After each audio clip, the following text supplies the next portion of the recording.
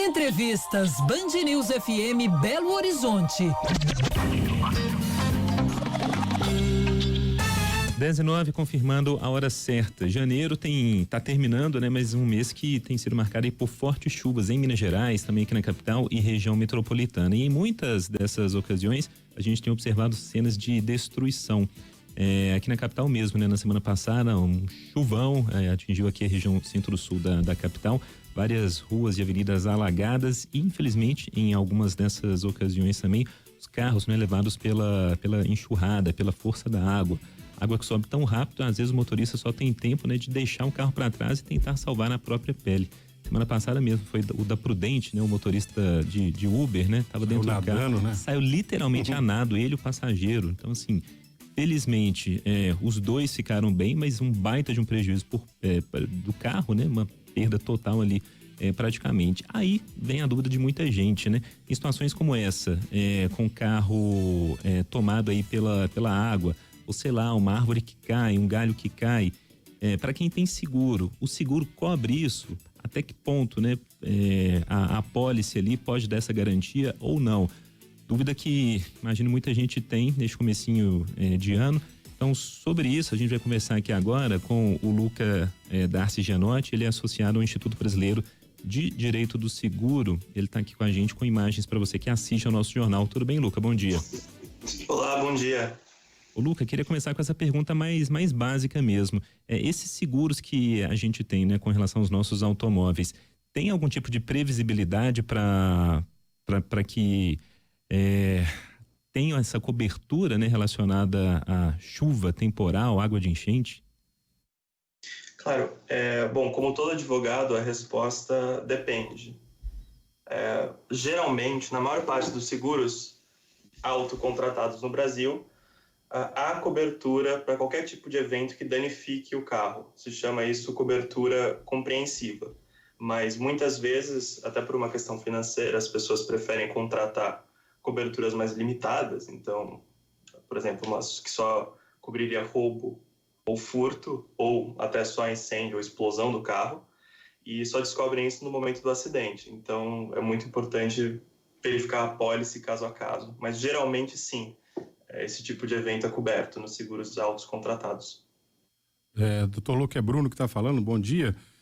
Bom dia. Qual que é a dica, então, que o senhor daria pro motorista, pro segurado, lá na apólice? Como é que está escrito isso? Aquelas letrinhas miúdas, né, que a gente sabe que existem. Como é que estaria escrito isso? Está bem definido lá ou é por dedução? Cabe, né, a pessoa, o leigo, lê lá e não vai entender, ou está lá explicitado, né, que ele vai entender sim que a cobertura é também contra, né, acidentes assim da natureza, eventos da natureza, como chuva, né, uma árvore que tenha caído. Tem alguns exemplos lá. Como é que está isso definido lá na apólice para quem está nos ouvindo poder conferir na dele lá se ele está coberto? Na apólice, isso vem escrito logo no começo, na seção de riscos cobertos. Se você olhar uma apólice, você vai encontrar ou uma primeira opção, que são esses riscos nomeados, então incêndio, raio, explosão, furto, roubo. Você vê uma lista de eventos que a seguradora se compromete a cobrir o segurado, ou uma descrição geral de que o seguro é compreensivo. O termo que geralmente se procura é compreensivo. Se lê compreensivo na apólice, ele é um seguro que cobre todo tipo de evento.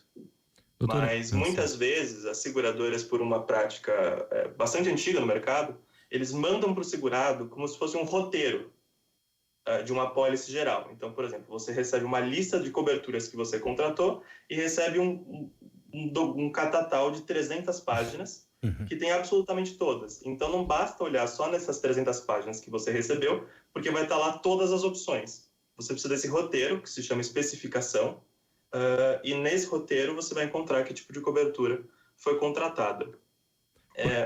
A grande questão aqui é que, até por uma reforma legislativa recente, a responsabilidade por informar e ajudar o consumidor a entender o seguro que contratou é do corretor. Então, a primeira recomendação não é tanto ler a apólice, porque é um documento mal escrito, muitas vezes, muito complexo, e até para quem advoga na área, é um documento que muitas vezes não se faz entender. mas é falar com o próprio corretor, porque o corretor vai saber e tem até essa obrigação de explicar para o consumidor o que ele está contratando.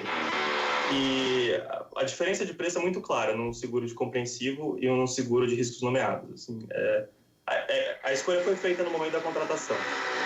Olha, para você que está chegando agora, a gente está conversando com o Luca Darcy Gianotti, falando sobre essa questão envolvendo seguros para o veículo e o que a apólice prevê, né, na cobertura aí desses eventos aí da natureza, chuva, granizo, queda de árvore.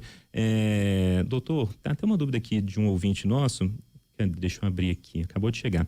Ele falando, é possível processar a prefeitura pela perda do carro em qualquer situação aí de sinistro? Depende da situação que gerou a perda, certo? A prefeitura tem certas responsabilidades de administração do espaço comum que muitas vezes ela atribui a outras companhias. Por exemplo, é muito frequente que se responsabilize as empresas de energia elétrica pela queda de árvore, sendo que o manejo florestal da cidade é geralmente responsabilidade da prefeitura. Então é importante saber se o que aconteceu é algo que está na gestão da prefeitura ou algo que está para fora da gestão da prefeitura. A princípio, sim, a prefeitura pode ser responsabilizada por esse tipo de evento. Agora, óbvio, chuvas extraordinárias, como tem acontecido em São Paulo, Minas Gerais também, ficam para além de qualquer administração da prefeitura. E aí quem assume esse tipo de responsabilidade geralmente são as seguradoras. Tá, um outro ouvinte perguntando se no caso de queda de granizo, se entra aí como evento natural ou vai para o famoso martelinho de ouro só ali mesmo? De novo, depende da apólice. No seguro alto que eu comentei, sim. Se contratar essa cobertura compreensiva, que é a mais recomendada. No seguro residencial, que pouca gente tem no Brasil, infelizmente, isso é coberto com uma cobertura especial. Então, além de você contratar situações para chuvas extraordinárias, você precisa pagar um pouquinho a mais para ter a cobertura de granizo.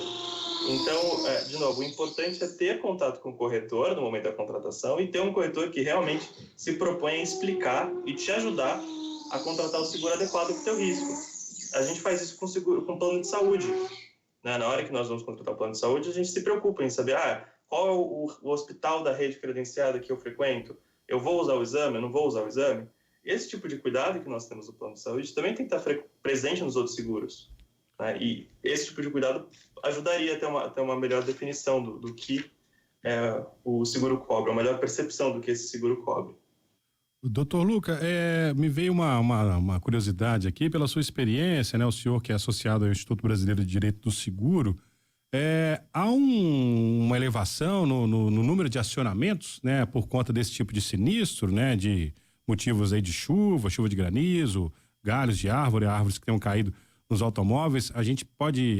Se vocês têm percebido, né? Um aumento ou não, mantém-se uma média, apesar das chuvas serem cada vez mais destruidoras. O que o senhor pode dizer sobre isso? Olha, eu posso dizer que dados concretos eu não tenho. Esse tipo de informação é de gestão das seguradoras, eles guardam muito bem esse tipo de segredo, porque influencia no modelo de negócios dele diretamente, né? Mas o que eu posso dizer é que mudança climática tem afetado todo tipo de seguro, desde o seguro alto até o seguro agro. Ano passado, as empresas não conseguiram contratar seguro agro por causa dos eventos climáticos. Então, a tendência geral é de maior acionamento. Agora, especificamente quanto às chuvas, faz muito tempo que no Brasil, janeiro e dezembro são momentos de bastante sinistro. Né? Basta lembrar das barragens que romperam não há pouco tempo em Minas Gerais. Então, sim, os eventos climáticos têm sido um grande problema, mas chuva em janeiro é algo esperado. Se isso é mais intenso do que foi nos anos anteriores, para as seguradoras, eu não saberia dizer. No seguro industrial, no seguro de grandes empresas, que é com que eu estou mais acostumado, os eventos de janeiro foram realmente bastante peculiares. Embora não tenha acontecido uma grande rompimento, alguma coisa do gênero, a intensidade das chuvas e a intensidade dos ventos realmente foi bastante elevada, mais do que os anos anteriores.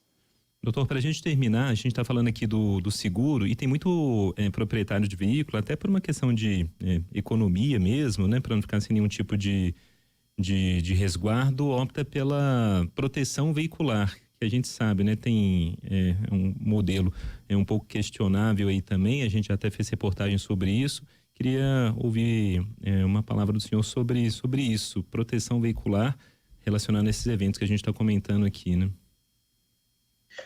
O modelo de proteção veicular, na verdade, responde ao risco que as seguradoras brasileiras geralmente não querem assumir. Então, é um para-seguro, ou seja, quando o seguro não atua ou não funciona bem, surge esse tipo de figura. Eu acho ela, em abstrato, muito importante, porque ela atende aos anseios da população e funciona até numa ideia básica do seguro de solidariedade, né? As pessoas dividem entre si o risco e suportam entre si os prejuízos, mas o problema é que elas atuam no Brasil, hoje em dia, à margem da lei. O Decreto-Lei 73, que cria e regula o Sistema Nacional de Seguros Privados, na minha visão, proíbe esse tipo de atividade. As associações são muito mais numerosas do que a seguradora, e atualmente a Superintendência de Seguros Privados não fiscaliza essas empresas. Então, se elas vendem uma proteção, pode ser que daqui a 1, 2 anos elas venham a quebrar e não tenham condições de pagar o sinistro que o consumidor que contratou venha a ter. Então, embora elas sejam idealmente uma boa solução, elas ainda dependem de bastante discussão e bastante regulamentação. Hoje em dia tem uma proposta em tramitação, aliás, com urgência, na Câmara dos Deputados discutindo isso, mas até que isso aconteça, eu não acho muito segura essa opção. Embora, e esse é o lado triste, ela seja a única alternativa para muitos consumidores. Exemplo clássico é o motorista de Uber. Seguradora tradicional não vende seguro para motorista de Uber, geralmente, né? Falando em termos gerais. Então, esses motoristas acabam tendo que recorrer à Associação de Proteção Veicular. 10h21, a gente começou aqui na Band News FM com o Lucas Gianotti, associado ao Instituto Brasileiro de Direito do Seguro, também doutorando em Direito lá pela USP. Lucas, muito obrigado, viu, pela conversa aqui com a gente, uma boa semana. Para você também, é um prazer. Muito obrigado.